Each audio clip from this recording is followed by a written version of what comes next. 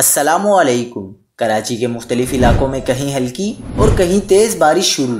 ایک اور انتہائی طاقتور مونسون سسٹم آ گیا۔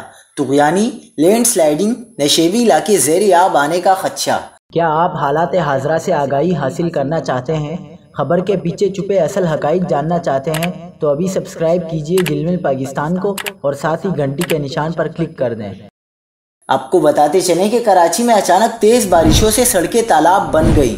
ہوا کا کم دباؤ وسطی بھارت میں موجود ہے، جس کے تحت کراچی سمیت مشرقی سندھ میں آج تیز بارشیں جاری رہیں گی۔ انہوں نے بتایا کہ 18 اگست تک کراچی سمیت مشرقی سندھ میں بارشوں کا امکان ہے، جبکہ 17 اور 18 اگست کو شدید بارش ہو سکتی ہے، جس سے کراچی کے نشیبی علاقوں میں اربن فلڈنگ کا خدشہ ہے۔